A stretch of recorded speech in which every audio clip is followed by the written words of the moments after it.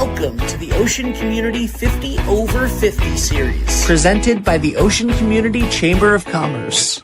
The road to success starts at Valenti family of auto dealerships, and visibility along the journey increases greatly with the help of 321 Media.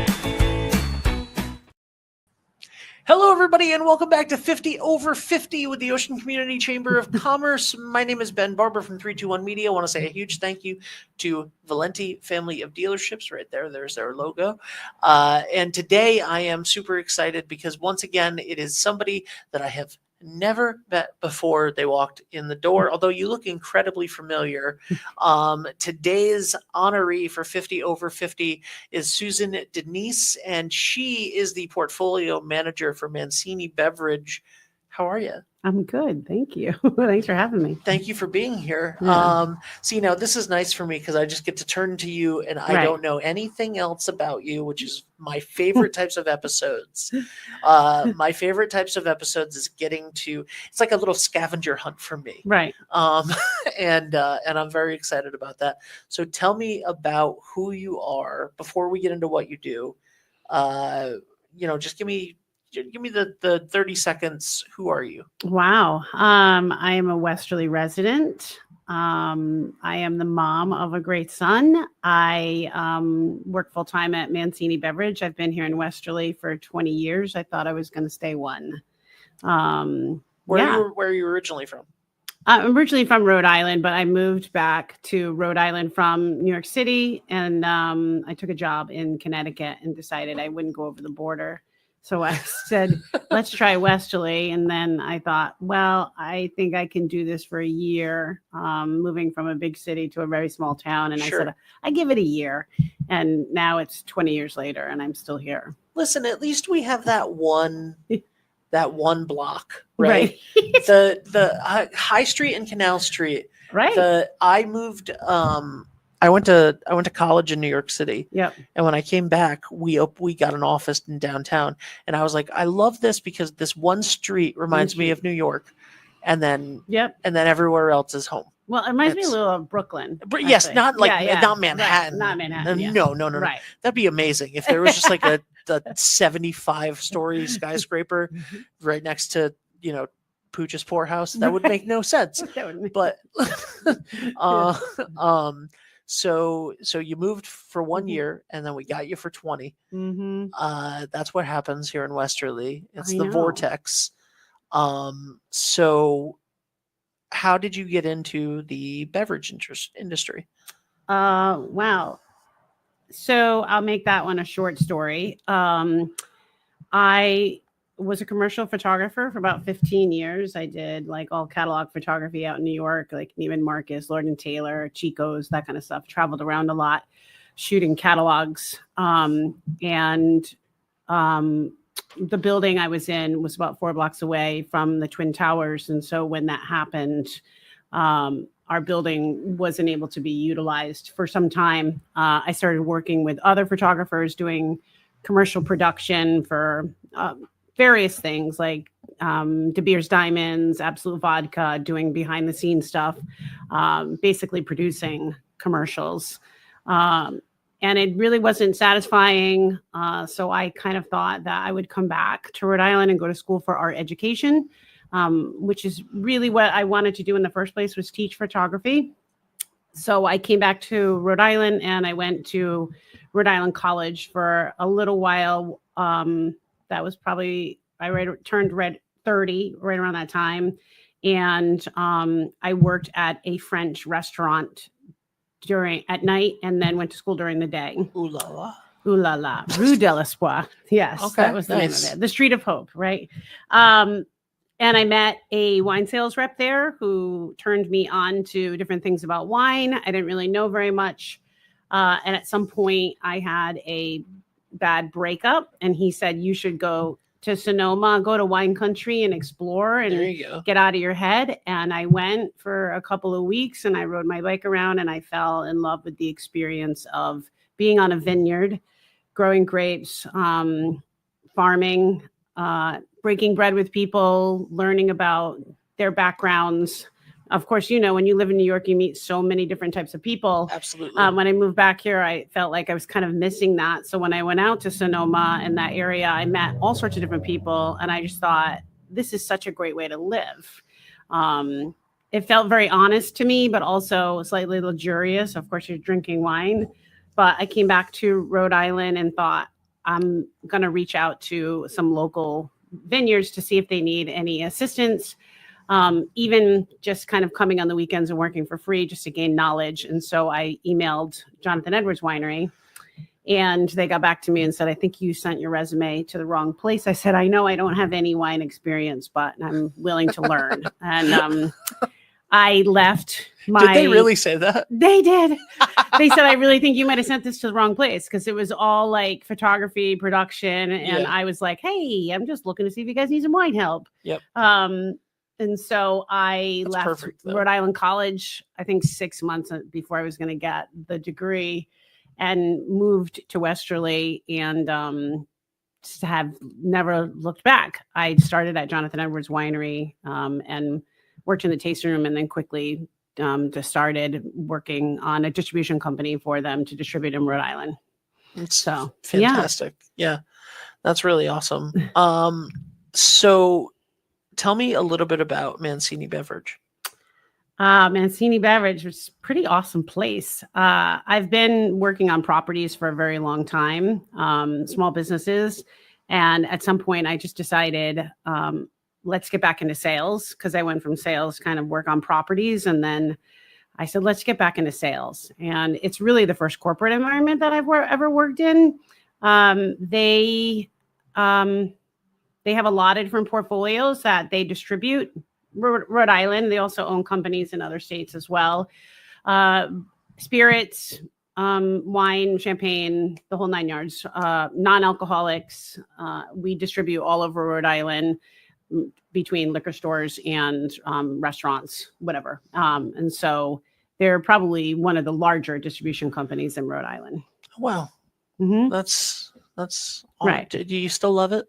I do. I haven't been there that long. I really love it. I manage a portfolio called Moet Hennessy, so it's kind of on the higher end. It's high-end champagnes like Krug, Dom Perignon, Veuve Clicquot, and then, things like Hennessy, which is great, Belvedere. So you run the gamut of the products that you're working with people, and my job's more to incentivize a sales team to sell the portfolio and be selling the portfolio on my own, what it looks like in the state, working with restaurants on how to sell products of this nature. Big activations. I work a lot with the Ocean House. They used to have the Veuve Clicquot champagne bar. So things like that. And it's great because it's not the same thing every day, but they're the same customers that I've been working with for years. And it's just an industry that I really love. If you do it right, it's just so rewarding. That's fantastic. Mm-hmm. All right. Tell me a little bit about your personal life. You said you had a son? I do. I have a 9-year-old. Oh my God. That's the best age. It is. And he is deep into baseball. Yeah. Okay. He is loving baseball. He just started playing the saxophone. He takes voice lessons. He loves music. He's just kind of an amazing human being. He's got more energy than I've ever seen in my life, but most 9-year-olds do. Yeah, he's great. That's awesome. And maybe one day we'll get to cover some of his games for baseball. Oh yeah. Yeah. He's pitching, he's playing for space. I'm sure he'd love it. He's a ham. That's fantastic. What do you like to do for fun around here? I run a lot. I feel like most people say, like, I see you running all over the place. I've kind of turned into a Forrest Gump of nature, where I'm just like, maybe that's why you look so familiar. I'm always running down this road. Yeah. Maybe I just see you running. Do running. You literally run down this road? I run all the time. Like 4 times a week, I run right past here. Okay. It's great to start on a decline. It makes you feel really good. Yeah. Yeah. And then you work the hills. But I do. I like to run. I obviously love the industry that I'm in. So when I'm not working, there's always some sort of culinary, whatever events that are going on that I partake in. I'm, coach baseball this year for my son. I really love doing that, being at the baseball games. I've found right now, like what I like to do for fun is what people have said to me is I'm momming really hard right now. So there's 20 million moving parts to it. Before, I mean, I haven't done as much. I was doing a lot of volunteering. I won a 40 under 40 award 10 years ago. So now we're 10 years later and I'm doing 50 over 50. Well, just wait until another 10 years and you get 60 over 60.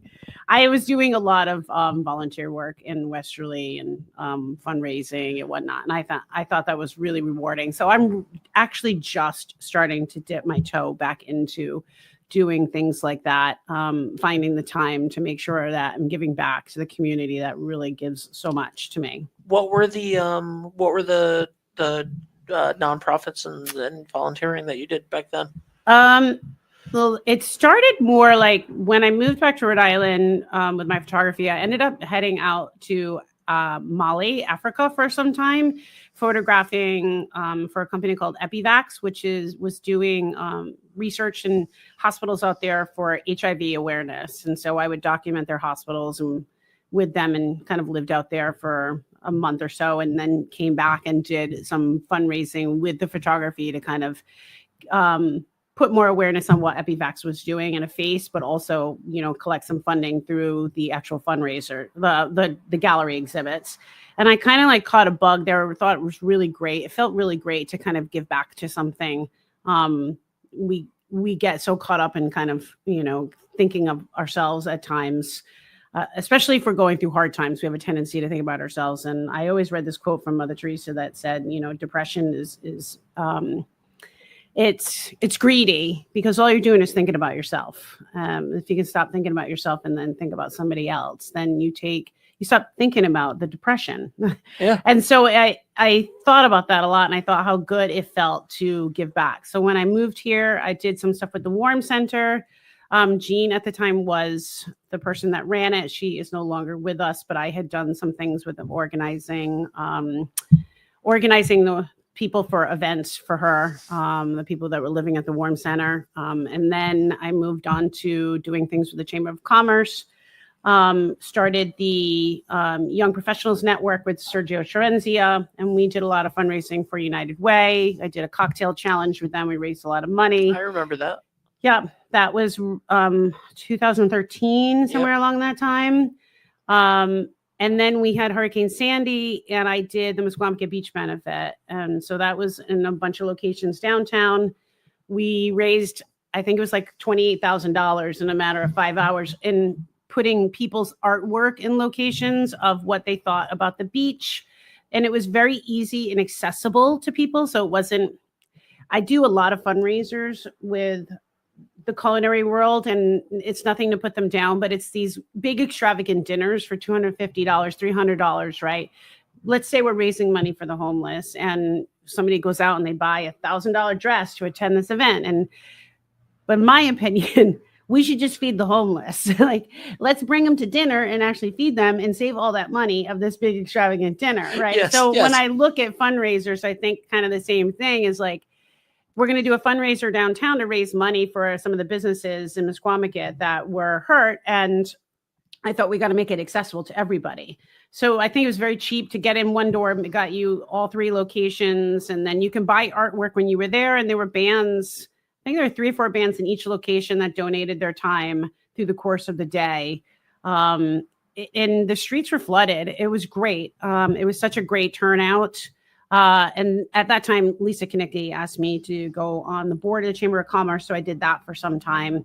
And then in the middle of that, we had a couple of fires that happened. I don't know if you remember where 10 Sandwiches used to be. Of course I do. So we did a big clothing drive for them when the building burnt down. And then the people that lived in there came. The outpouring of support that people came and brought their clothes was just completely, it was amazing. And a lot of the guys that lived in there, I knew they got a whole new wardrobe. I mean, not new, but they were really thankful for it. So I've done a couple of that. There were 2 or 3 big fires that we did clothing drives for. And then anything that was kind of left over got sent to the Johnny Cake Center. I mean, I don't know. There's been a lot of them, but it's been really great doing things of that nature in the town. So, It's fantastic. Yeah. Why do you choose to stay here? It's been 20 years. I know. Why are you choosing to live and stay here still? Um, I really like the idea. I mean, I always thought I was going to raise a child in New York City. And I was very lucky to actually have a child. I had really bad complications. And so people that know me and Max, they know how hard it was for me to get there. And so all these people that have supported me over the years here, it's like every time I think my big city brain comes in and says, let's go somewhere else.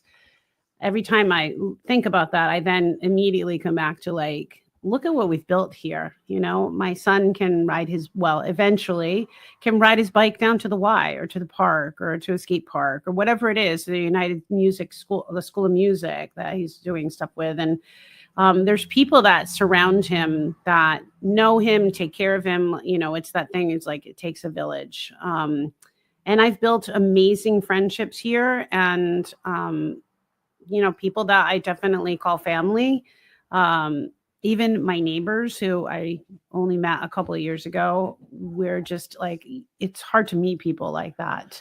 And so, yeah, I'm still here. I definitely feel like I need to maybe find something bigger for my son and I eventually down the line. Because I live in a kind of really small 2-bedroom apartment, but for the most part, I think it'll probably be around here if I do decide to move. But Well, we love having you here. well, I love being here. Yeah. How often do you get to go back to wine country? Every so often? Not often. Oh, we got to change that. I know. I mean, come on, Mancini Beverage. You need to send her out.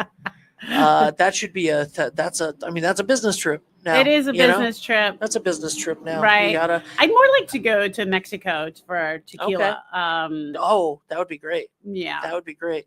I had a Zoom meeting with somebody last week, and they were in Napa at a big wine conference doing it, and he was like, yeah, I got like 15 minutes. I got to do 4 more tastings after this, and we were like, oh, sorry, go do your thing. Like They're that's not such as luxurious as you think they are. Oh, come on, no, let me believe that they are. I was, you know, but it's so beautiful out there too. It like is. That's the main. Yeah, like, even if you go to Jonathan Edwards, it feels like you're in another area. Oh, yeah. You know, they definitely did it right with the landscaping that John did there and the building that they had. I mean, he did it right. And the people that you meet and that kind of environment, like when you're in the hospitality industry like that, you're always serving people. Like the goal is to make sure everybody's having a great experience and they're coming to you to have a great experience. And that's kind of the best part of it. It's like, you have the capability of really making someone's experience something that they walk away and talk about, you know, forever. And I think that's really cool. So, yeah, absolutely. Yeah, absolutely. What is what did it mean to you, I should say, to be, what was your reaction to being 50 over 50, one of the 50 over 50? I know who nominated me and I know what she thinks of me. And so I was really, I've always known how, like, we have a great relationship. But I was kind of humbled that, you know, she still thinks that of me. I know she has seen it's a couple of years since I've done fundraising stuff, but she still sees something in me. So I don't know. It gave me a kind of warm and fuzzy feeling. I mean, you don't need validation in your life, right? You got to just keep doing what you do. Yeah. You get up every day and you know, find the silver lining of what's going on. And I think she nominated me for that. And so she told me she did. And I thought, oh, gosh. Okay. I said, okay. All right. And she was basically like, nope, it's done. And I said, okay. So I kind of saw it coming. Yeah. I mean, I think everybody that knows me knows that I definitely have an opinion. I definitely use my voice. Sometimes not for the best, but I asked somebody a long time ago, I want to, you know, what how do you get into politics? Like, just how do you understand what's going on? Like, where do you start? And he said, all politics are local. Start there. Like, start in your own community. And I think I love being part of this community. Good, bad, ugly things going on. I feel like I set the best foot forward for the most part. And this community means a lot to me. And the children that my son is around mean a lot to me because they're the ones that we're setting up for success. So I think this town has a little piece of my heart in it. And I hope I can do like everything that I can to kind of make sure that we're doing the right thing. I think that has shown through in spades. These are why, and continue. By the way, thank you for keeping the streak going of me absolutely loving the episodes where I have not met the person across from me yet. Because these are my favorite episodes because I get to know you like from scratch during it, and every single time I'm able to say when that does happen, every single time I'm able to say completely well-deserved 50 over 50. Thank you. Thank you for everything that you've done for the community.